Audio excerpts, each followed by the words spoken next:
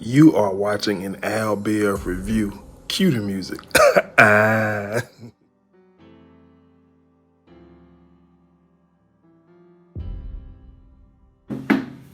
What's going on with my Ambitions family? I'm here with Ambitions Recap. If you're new to the channel, be sure to subscribe, everybody. Be sure to like, share, comment, all that good stuff, man. Look at here, man.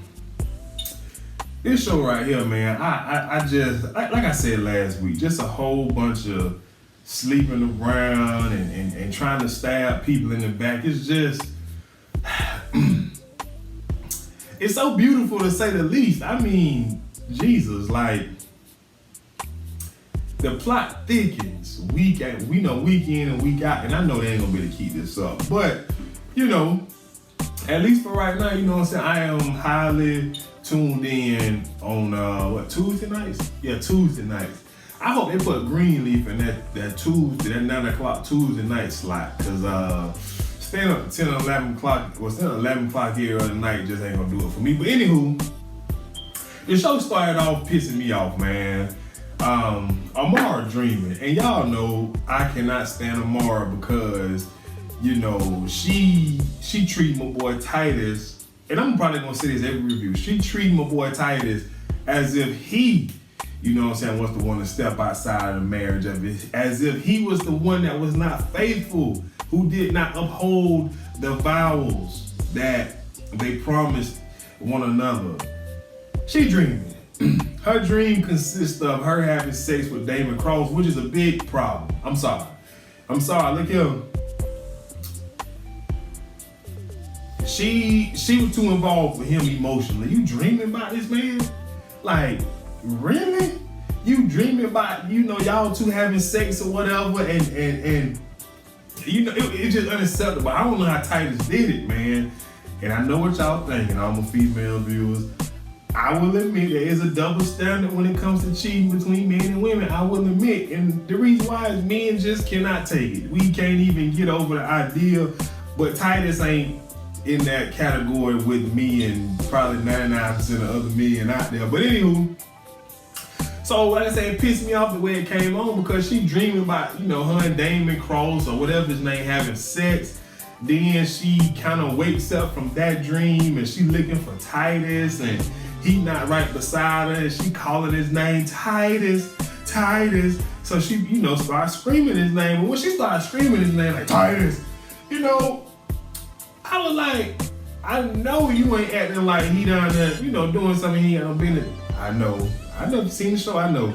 So she kept going. She ended up going downstairs to the living room and she see Titus and Stephanie having sex on the living room floor. And basically Titus tell her that, you know, he's sorry, but she could never stack up to Stephanie. And then, you know, she wakes up from the dream and Titus like, you was having a nightmare. And I'm just like, blah, blah, blah, blah, blah, blah. Like, that dream to me just gave too much of what she had emotionally. She insecure, you know, especially with being in Atlanta and him having to work, you know, with Stephanie or against Stephanie or whatever the case is. And also, it kind of showed me just how much, you know, physically attached her and, what the boy name, Damon Cross was. Like, y'all been broke, that affair or whatever been over for all these months, you know, relocated to a new city, ain't have no conversations with him, nothing. You up here dreaming about him all up in them guts, and it's just too much, man. It's just too much.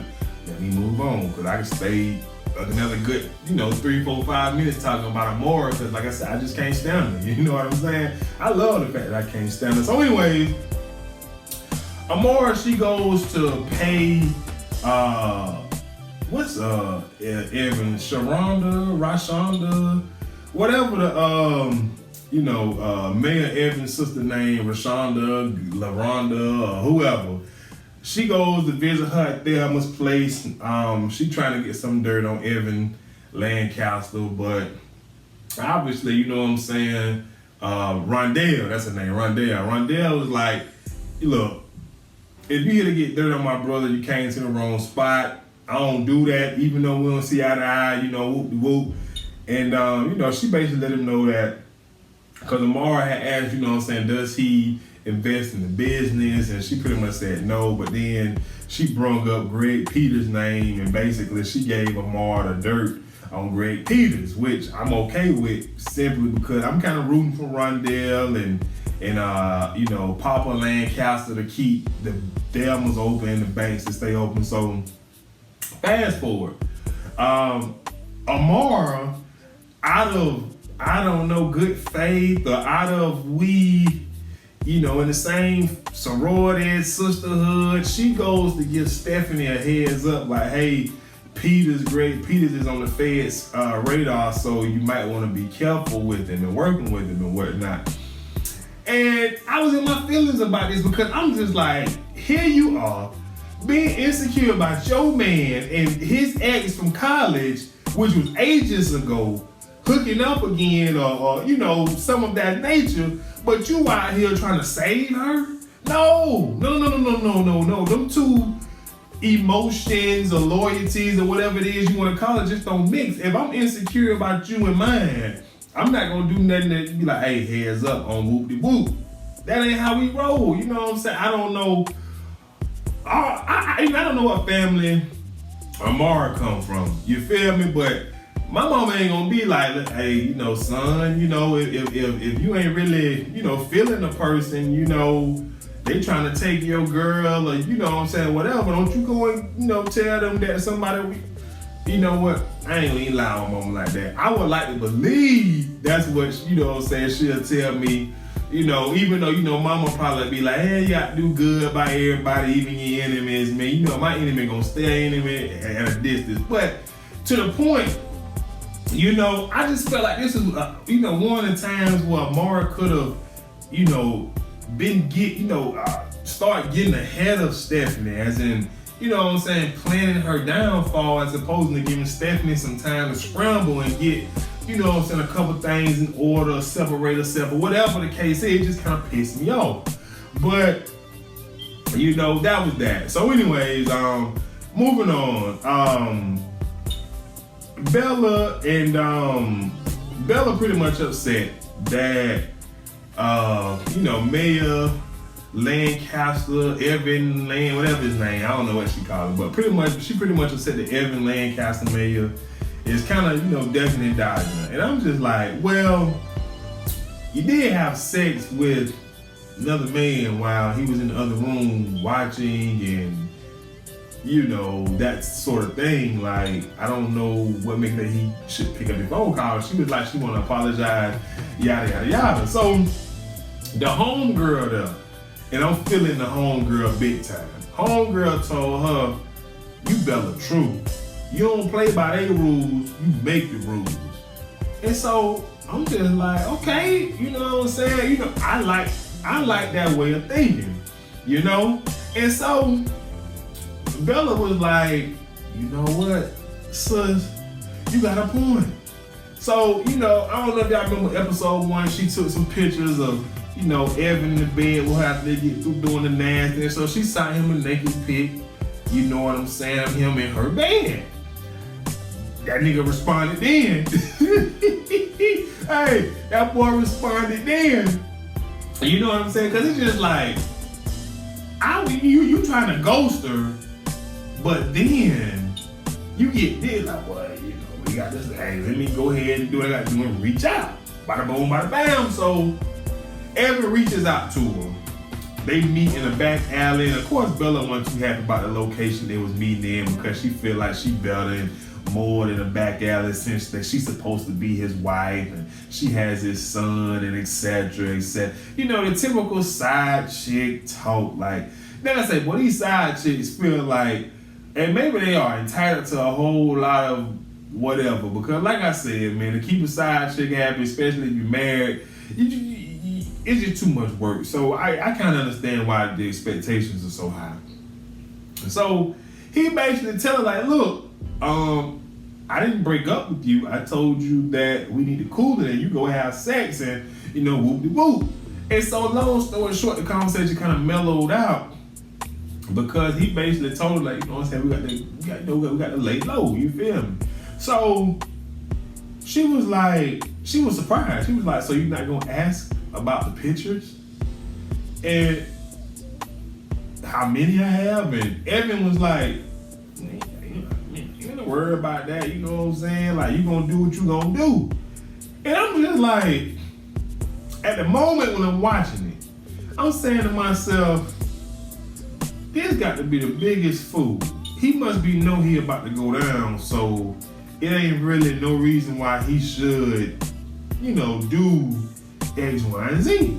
At least in my mind, that's what I'm thinking. You know what I'm saying? Because I know good and well, if I was the mayor of Atlanta, the feds watching me, my side chick got naked pictures of me, I'm gonna do what I need to do to get them pictures from my side piece deleted. You know what I'm saying? That's what I would do.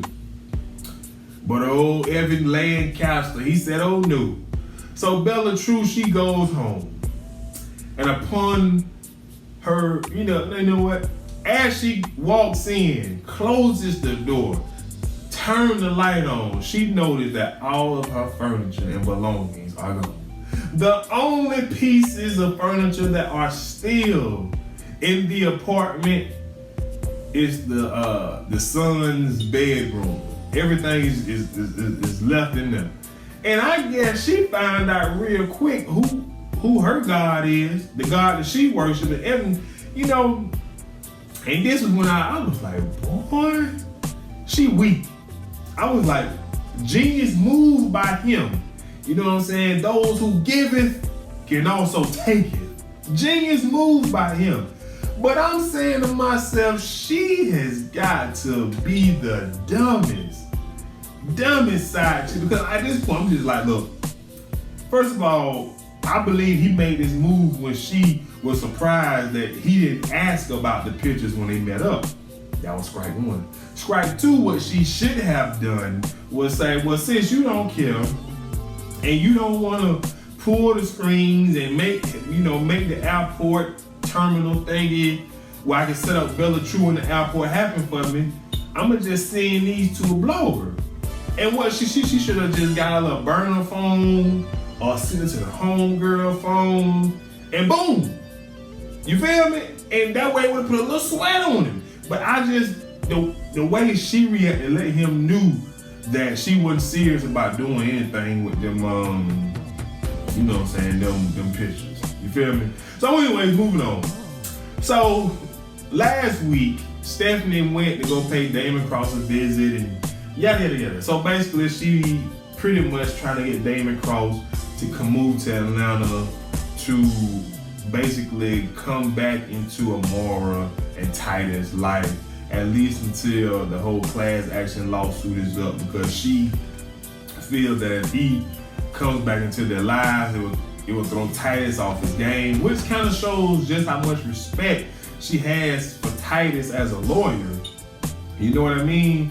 That she knows that she needs to throw him off his game in order for her to beat him.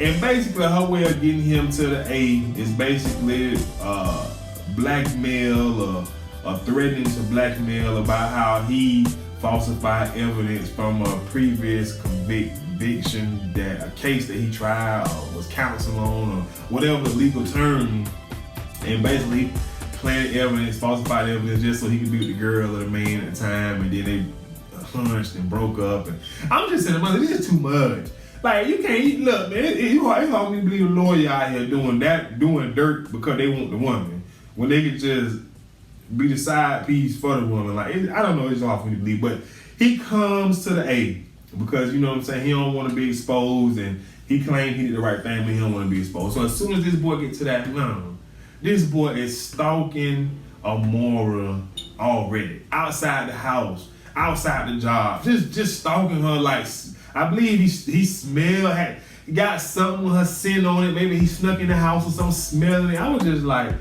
I watched The House and Have Not. I just don't have time for all these creeps. I really don't, man. It's starting to become too much for these creeps. So anywho, enough of him. So Ep4. Papa Ep4 basically is having a conversation with Titus saying, hey, look, we need a certain judge for this case. And the only way for us to get this judge in this case is if you go to, the the circuit and bribe this judge to make sure he give us the judge we need so we can have a higher chance of him ruling in our favor, because later in the show, or early in the show, Stephanie Carlisle announced the $500 million class lawsuit, or whatever the case is. So Titus was like, I'm not bribing a judge. I go and talk to him, but it'll be my way, ethical and through integrity and just living by the books. And I'm just saying, brother, as much as I love you, boy, you playing a game you can't win with them. Y'all, Lord bless my tongue. You already know what I want to say. But anyway, he gonna pay the judge of the circuit or whatever a visit. And long story short, the judge pats him down and kind of wants him to bribe him, and which is kind of weird, because I'm just like, boy, like I said, boy, Titus is playing a game with them. It's hard to win. I ain't gonna say it's impossible, but it's hard to win. So he pretty much goes back to Mr. Purifoy what happens and how the judge patted him down as if he wanted a bride, and then he was like, he told Mr. Purifoy that he can fire him on the spot. He'll give him his resignation letter because he's not losing his integrity and he will not bribe a judge. And Purifoy laughed it off as if it was some type of test. I really don't know if I believe that, but that's what he's going with. You get what I'm saying? So it's kind of weird, because I do believe he want that man to bribe that judge, man. I'm telling you, man, people that's this power driven, that's feel like what they got going on is more important than what the next got going on. You know, they just want things their way. So it's gonna be a rough season for Titus, between working for the Purifoy, dealing with the whole Stephanie drama, and now Damon Cross back in the picture. It's gonna be a rough season for Titus. It might end in divorce. So anyway, moving on, so I can wrap this thing up. Bella goes pay Daphne a visit. Daphne is one of the voters on the council to approve vineyards at the airport or something like that. She basically takes her dress and tells her, try it on. She'll love the design. She'll love the silk and all this type of stuff that she really, really, wants and deserves that spot. Daphne basically like, this is inappropriate. This is illegal. You shouldn't be here. And Bella pretty much just leave the dress inside no one's here. Then we see Mayor Lancaster peep out and Daphne say, that was your side chick. She can't do that again. And so he said he gonna handle it, but he needs a scratch reliever. Lord, this fool, I know they cutting a check. Lord knows I do. This fool, and I ain't kinky, so I don't even know the proper term for the stuff he was wearing. A leather thong with the little scraps on it, and this thing, she told him to toot it up, and she started beating him. And I'm just saying to myself, I know whoever cutting the check, but player, the check is not worth doing all that, man. I get it. I get it was a woman that was beating you and not a man, but I got to draw the line somewhere as a man. Like, you can have that, you can have a little piece of money. I'm not doing that scene. You feel me? But overall, man, it was a pretty good episode, entertaining. Like I said, if y'all got something to add, let me know in the comment section below. If you're new, subscribe. Everybody else, like, share, and I'll holler at y'all good folks later. Peace.